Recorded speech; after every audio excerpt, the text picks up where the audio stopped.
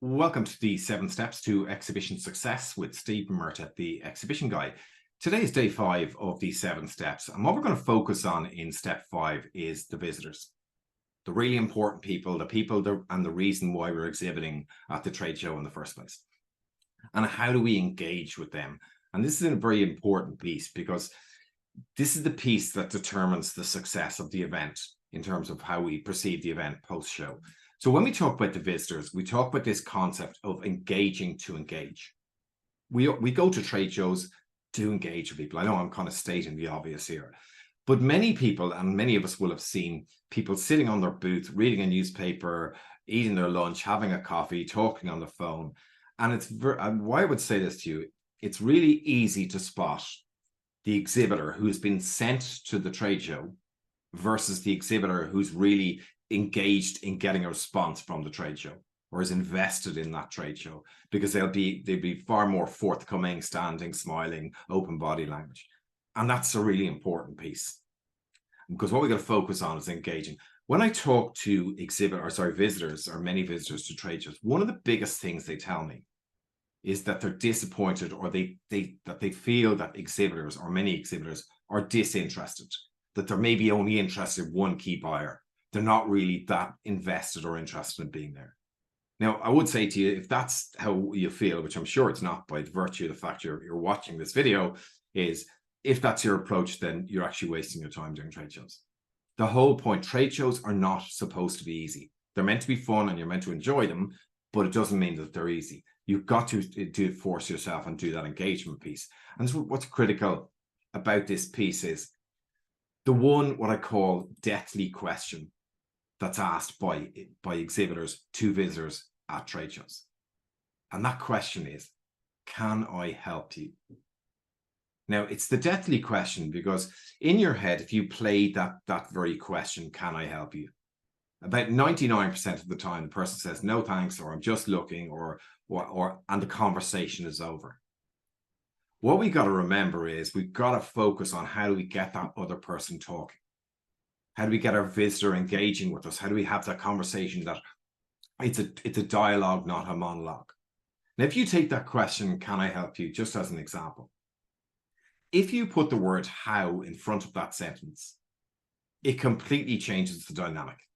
How can I help you? And the person maybe will be a little bit more forthcoming about what they're looking for or what their problems are, whatever that might be. So it's really critical. And when I've walked the halls of thousands of trade shows over the years, and I'm always keen to listen to how an exhibitor opens a conversation with the visitor. And it's very often, can I help you?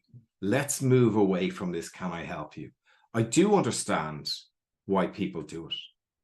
It's seen as polite. It is polite. But unfortunately, it's not going to get you into that conversation, or the real conversation, meaningful conversation that you want to have. So what we've got to focus on is, what are the key questions? What are the great questions we can ask? Because we don't automatically launch into our product and go, our product is great and X, Y, Z. We've got to find out about our buyer first. Because if you think about trade shows as an example, what we got to focus on is 70%, or sorry, should I say 30% of visitors to trade shows are tire kickers or time wasters. Now, that is not a reflection on a bad show. That's just the reality of exhibitions. But somebody's time, one of these tire kicker for you, may be somebody's business for somebody else. So we've got to focus on the 70% of people who are at the event who are genuinely or potentially interested in buying products and services from us or getting into a relationship with us. And we do that using open questions to find out what they need. But what's often omitted in training for exhibitions, in my own personal opinion, is the closed questions, as in questions that have a yes or no, are equally important because they establish if the person is listening to you. So think about those open and closed questions. But if we take a step back and we think about what I call qualifying questions. A qualifying question is a question that you as an exhibitor will ask a visitor that determines whether they're a serious buyer or not. And what's really important about this whole piece is that is the holy grail of exhibitions. Because if you think about it, we only have a finite amount of hours in each day of the trade show. So we want to maximize that by talking to as many of the right people as possible. So by asking a good, strong, qualifying question will indicate whether they're genuinely interested. And if they're not, we need to manage that audience by managing them off the booth. So I can't give you the answer to the qualifying question because every business is different. But what I would say to you is do prepare as a team, as an individual, as a company, and come up with those qualifying questions. Because what they will do is they will save you a long, long time at the exhibition, and you will get more time talking to the right people. And that's absolutely critical. And just kind of in connection with that, I just wanted to kind of take a little bit of a back step and thinking about what we call icebreaker questions. What I mentioned a few moments ago is that we don't launch into our product or launch into how great we are or how great our business is as soon as somebody walks onto our booth. We want to open the conversation with something fun or something a little bit more about them. In fact, it should have nothing to do with us really in reality. And these icebreaker questions enable us to start building that relationship. And when we move away from this focus on ourselves and we focus on the visitor, they're more interested. And they're more interested in listening to us when it comes to our turn to talk. So I have some sample ideas of icebreaker questions that you can use really just to open that conversation as an exhibitor, open that conversation with that visitor.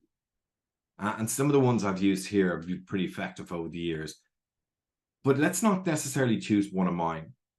If you want to choose one of yours, but make sure it's one that's focused on the other person, that's not focused on your business, that's really just going to open that conversation.